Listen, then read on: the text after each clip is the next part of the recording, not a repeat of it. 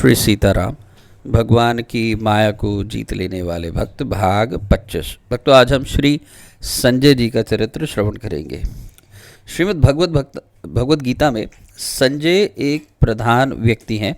संजय के मुख से ही श्रीमद् भगवत गीता धृतराष्ट्र ने सुनी और संजय विद्वान गावलगण नाम के सूत के पुत्र थे।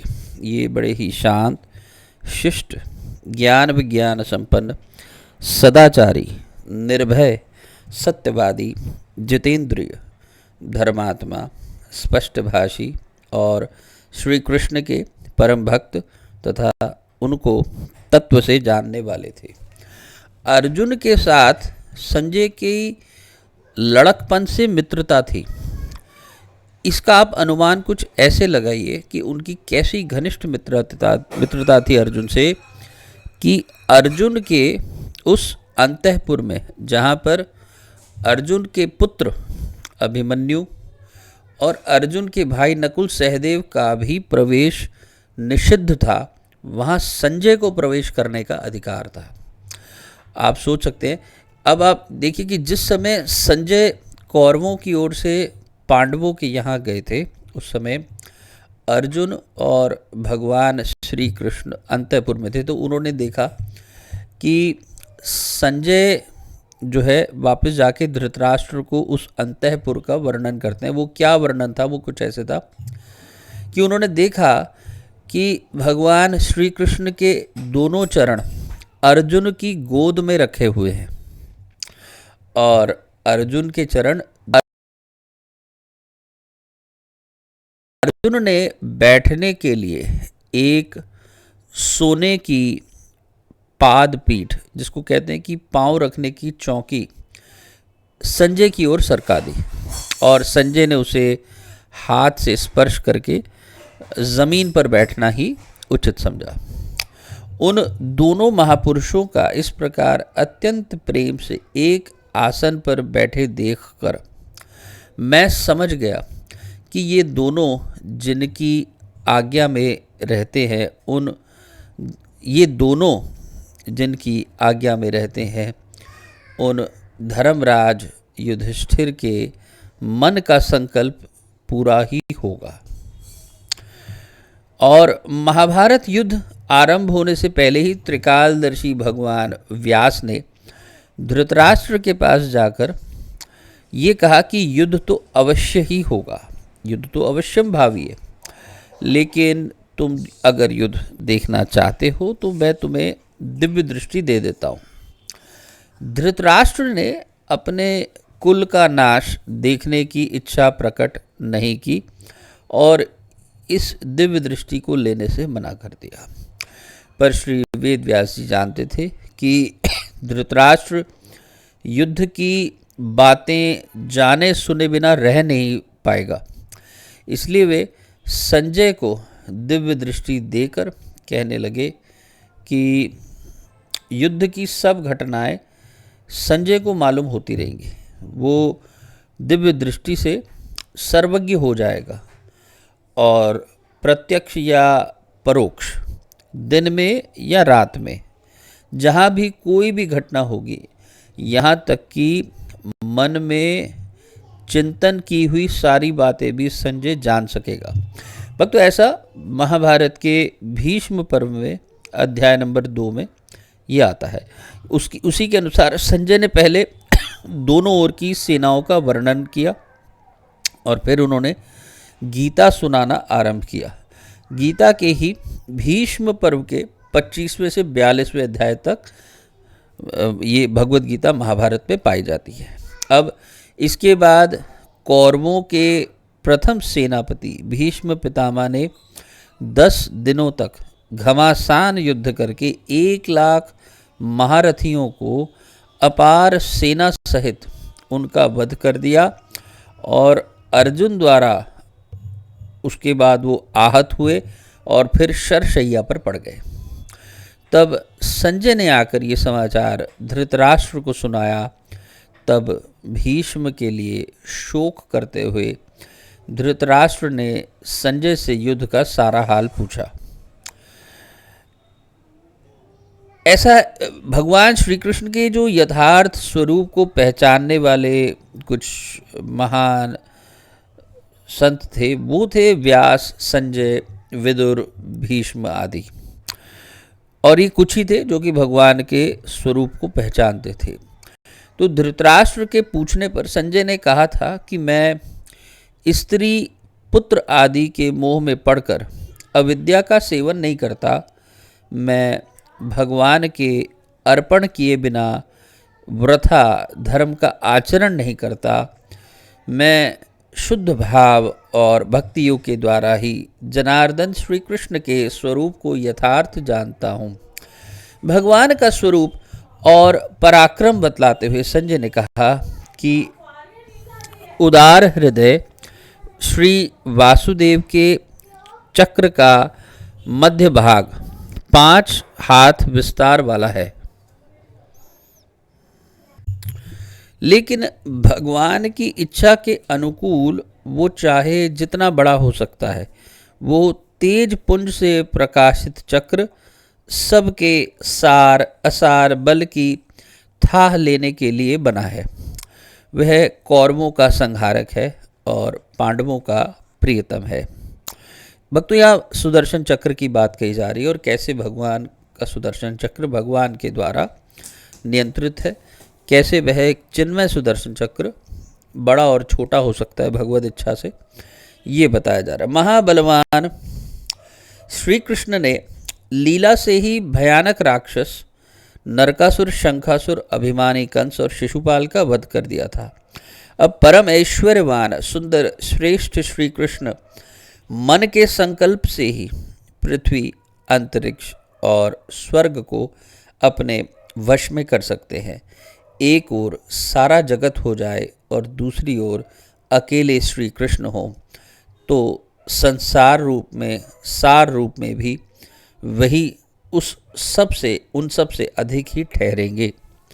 वे अपनी इच्छा मात्र से ही जगत को भस्म कर सकते हैं, परंतु उनको भस्म करने में सारा विश्व भी समर्थ नहीं है। यतः सत्यम यतो धर्मो यतो ह्रीरार्जवम यतः ततो भवति गोविंदो यतः कृष्णस्ततो जयः। जहाँ सत्य है, धर्म है, ईश्वर विरोधी कार्य में लज्जा है और हृदय की सरलता है, वहीं श्री कृष्ण रहते हैं और वहीं निस्संदेह विजय है। सर्वभूतात्मा पुरुषोत्तम श्री कृष्ण लीला से पृथ्वी, अंतरिक्ष और स्वर्ग का संचालन किया करते हैं। वे श्री कृष्ण सब लोगों को मोहित करते हुए पांडवों का बहाना करके तुम्हारे अधर्मी मूर्ख पुत्रों को भस्म करना चाहते हैं। यानी कि पांडव तो सिर्फ बहाना है, असली निशाना तो तुम्हारे पुत्र ही हैं जो कि अधर्म रूप से आचरण करते रहते हैं। मैं ये सत्य कहता हूँ कि भगवान श्री कृष्ण ही काल, मृत्यु और स्थावर जंगम जगत के एकमात्र अधीश्वर हैं। जैसे किसान अपने ही बोए हुए खेत को पक जाने पर काट देता है, इसी प्रकार महायोगेश्वर श्री कृष्ण समस्त जगत के पालन करता होने पर भी स्वयं उसके संहार के लिए कर्म करते हैं। वे अपनी महामाया के प्रभाव से सबको मोहित किया करते हैं, परंतु जो उनकी शरण ग्रहण कर लेते हैं वे माया से कभी मोह को प्राप्त नहीं होते। ये त्वामेव प्रपद्यन्ते न ते मुह्यन्ति मानवाः। यानी कि if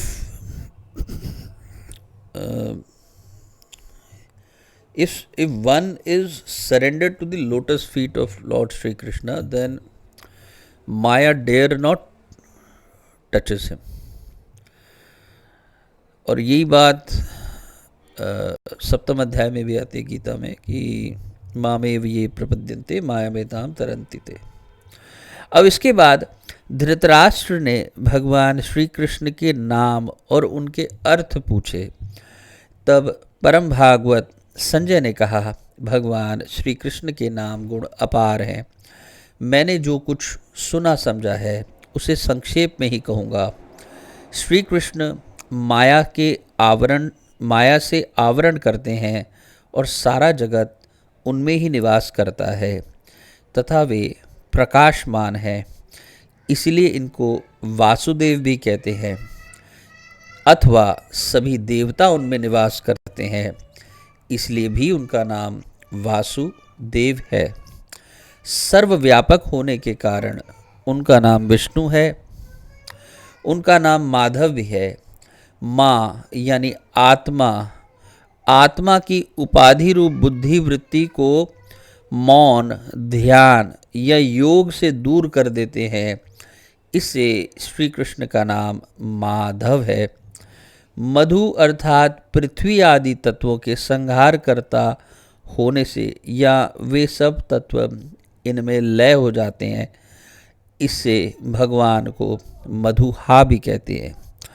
एक नाम है उनका मधुसूदन, क्योंकि मधु नामक दैत्य का वध करने वाले होने के कारण श्री कृष्ण का नाम मधुसूदन हुआ। एक नाम है कृष्ण। कृषि शब्द सत्तावाचक है और ण सुखवाचक है। इन दोनों धातुओं के अर्थ रूप सत्ता और आनंद के संबंध से भगवान का नाम श्री कृष्ण हो गया है। भगवान का एक नाम पुंडरीक है। अक्षय और अविनाशी परम स्थान या हृदय कमल का नाम है पुंडरीक होता है।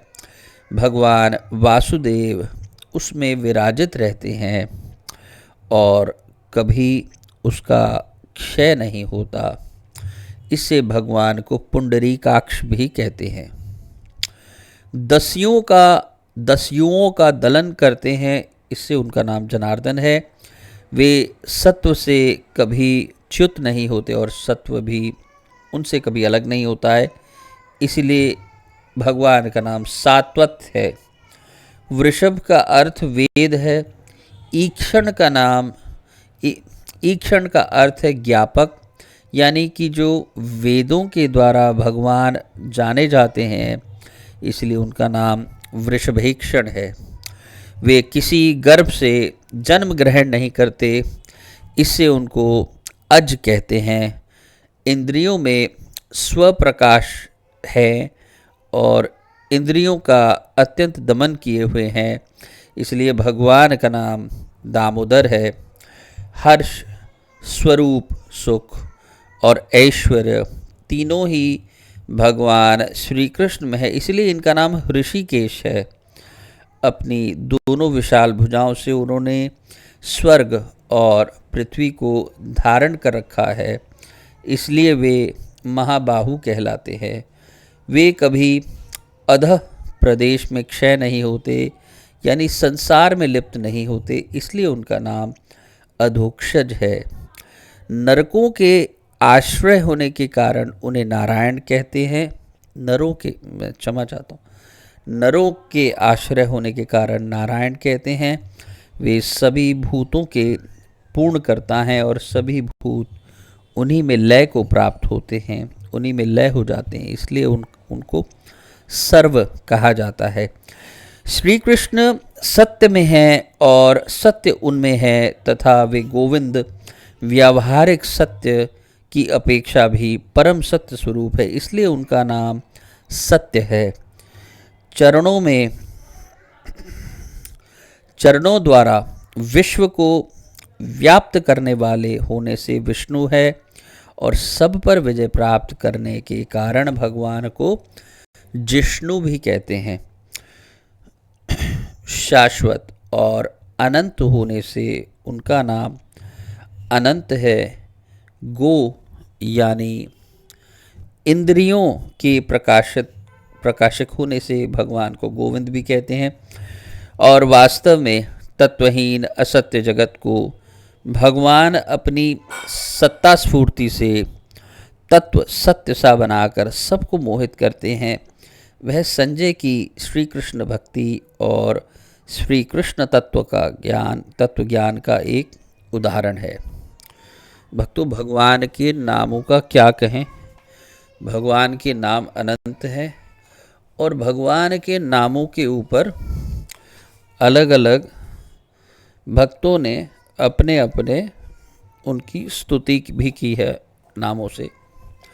एक स्तुति भीष्म पितामह जी ने की थी शरशैया पर, जिसको हम विष्णु सहस्रनाम के नाम से जानते हैं। उनमें भी भगवान के 1000 नाम हैं।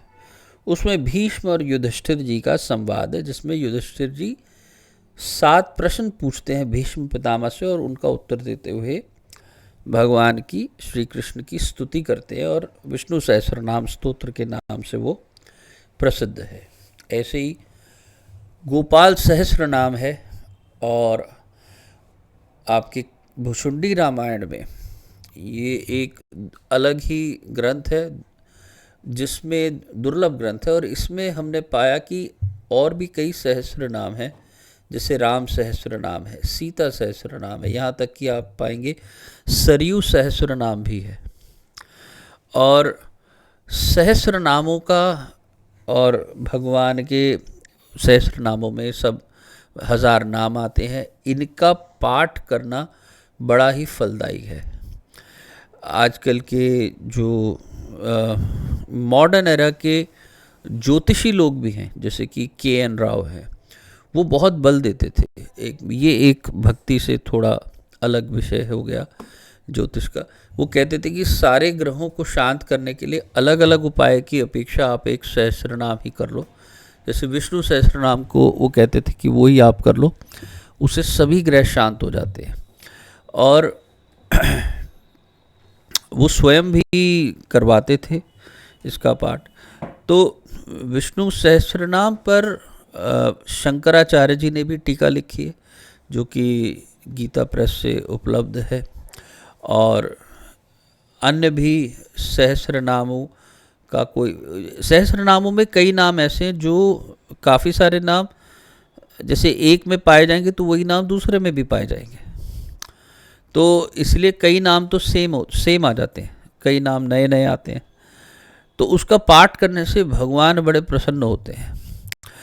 ऐसा मान लीजिए कि समझिए कि भगवान की पूरी सेना ही पूरी शक्ति के साथ भगवान आपके समझिए कि कार्य को सिद्ध करने के लिए उतर आएंगे। सहस्र नामों का पाठ बहुत बलशाली, बहुत फलदायी, बहुत सिद्ध, बहुत ही मार्मिक और बहुत ही फल प्रदत्त करने वाला है। आप सहस्र नामों का एक प्रयोग मैंने केवल एक फलश्रुति का एक श्लोक मैंने किसी को कहा था कि अब देखिए जैसे सहस्र नाम है तो उसका एक फल भी है कि भाई इसको पाठ करने से क्या क्या, जैसे कि यह स्मरेत पुंडरीकाक्षम और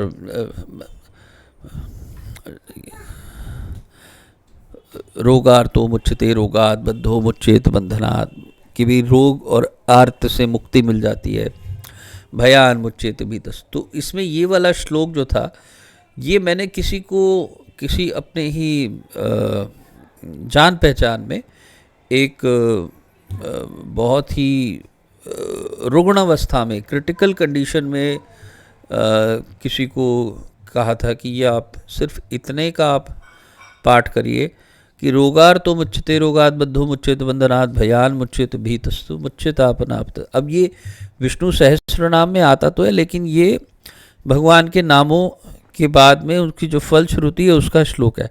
इसी से ही उनका रोग काफ़ी हद तक दूर हो गया।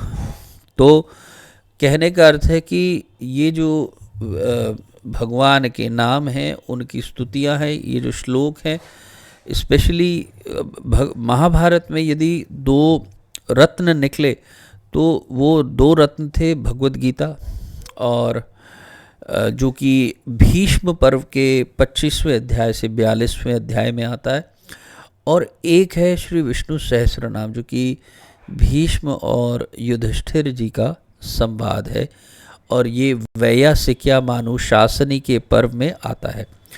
तो इसके साथ ही अगर आपको लगे कि संस्कृत आपके लिए कठिन है, सहस्र नाम आदि या कोई इस तरह का पाठ आपको कठिन लगता है, तो और भी सरल है। कि आप राम राम जपिए 1000 बार, तो वो भी सहस्र नाम हो जाता है।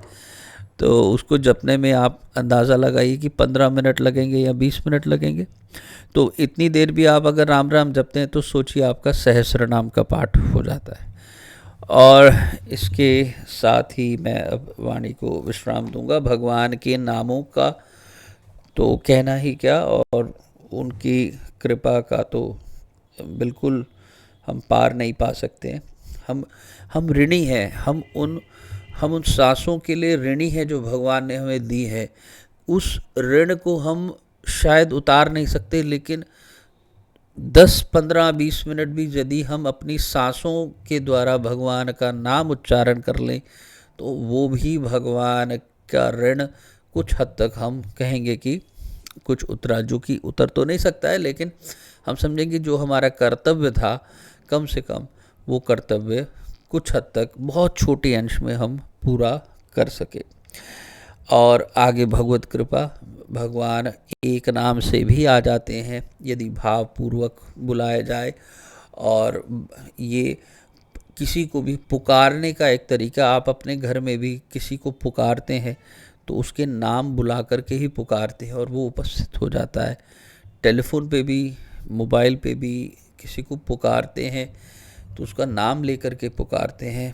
और उसको ईमेल कम्युनिकेशन भी करते हैं, किसी उसकी आइडेंटिटी के नाम से ही आप उसको ईमेल कम्युनिकेशन करते हैं। तो कहने का अर्थ है कि लौकिक रीति में भी, लोक व्यवहार में भी आप नाम की महत्वता ये है कि आप बुलाओ तो वो आ जाता है। अलौकिक में भी यही सिद्धांत है, आप भगवान को बुलाओ भगवान आ जाएंगे। उनके नामों की बड़ी महिमा है। किसी ने कहा कल ही, राम राम राम राम रटते रहो, राम जी आएंगे तो सही, ज़रूर आ जाएंगे, क्यों नहीं आएंगे, कभी तो आएंगे राम जी। इसके साथ वाणी को विश्राम दूंगा। श्री शमीक जी का चरित्र हम आगे श्रवण करेंगे। तब तक के लिए जय जय श्री सीताराम, जय जय श्री सीताराम।